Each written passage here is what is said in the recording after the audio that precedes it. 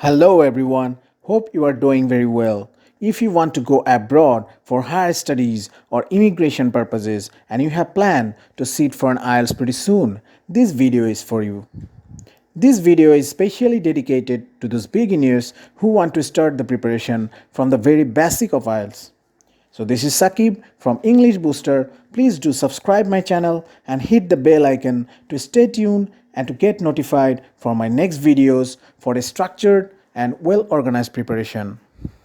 So let's start. At first we have to know what is IELTS. IELTS refers to International English Language Testing System that measures your efficiency in English language.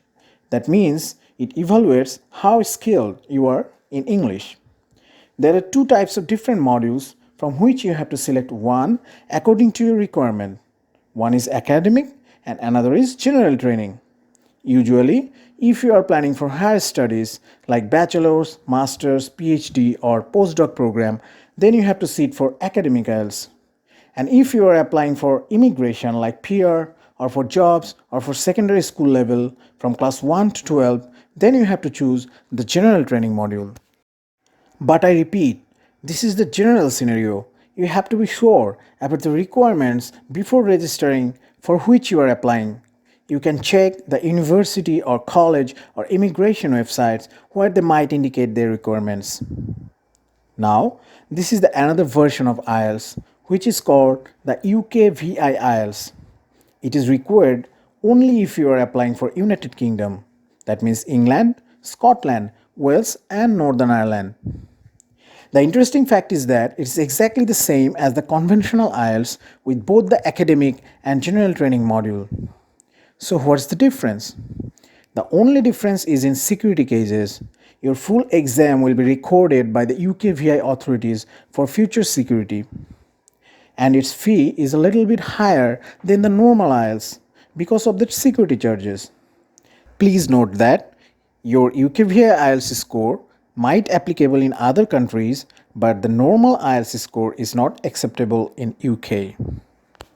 Now, I will discuss about the four measuring skills which will be evaluated.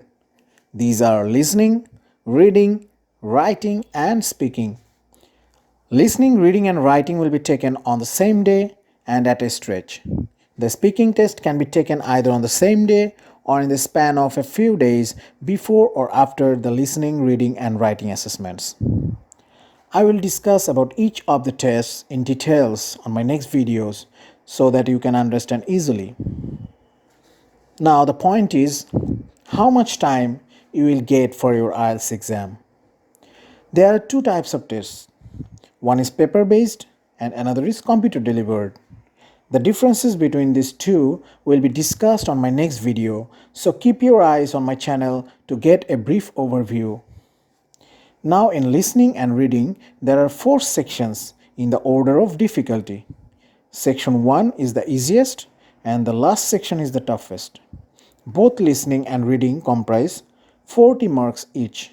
In listening, you will get 30 minutes for the test and 10 minutes to put your answers on the answer sheet which will be provided by the examiner in the paper-based test. But in computer-delivered test, there are no physical answer sheet, so you will get 2 minutes to check your answers. In reading test, you will get 60 minutes for your 4 sections. In writing, you have to complete 2 tasks and you will given a total of 60 minutes to complete it. You should keep in mind that the number of task 2 is twice as much of task 1. So you should spend 20 minutes in task 1 and 40 minutes in task 2. In speaking, there will be a one-to-one session between you and the examiner. And the session will be divided in 3 parts.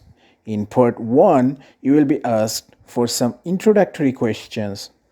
In part 2, you have to talk on a given topic and you will get 1 minute to prepare yourself.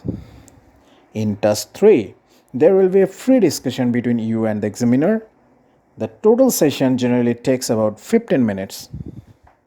It is good to know that the listening and the speaking tests are identical in academic and general training.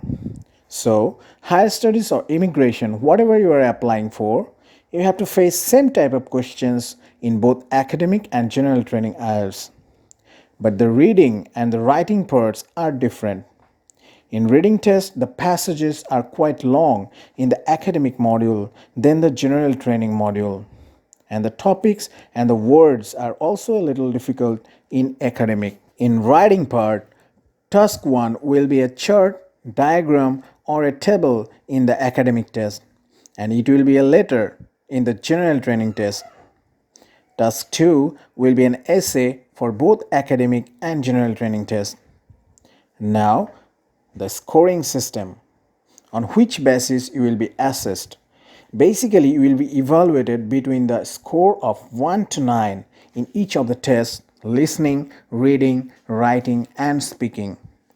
And the average of these 4 tests will be your final score. Please note that fractions are also possible, like 5.5 or 7.5, etc. Generally, 5 is the minimum score to be considered in some immigration cases, but not for higher studies. In my opinion, 6 can be considered as a standard score required for higher study, scholarships, or immigration.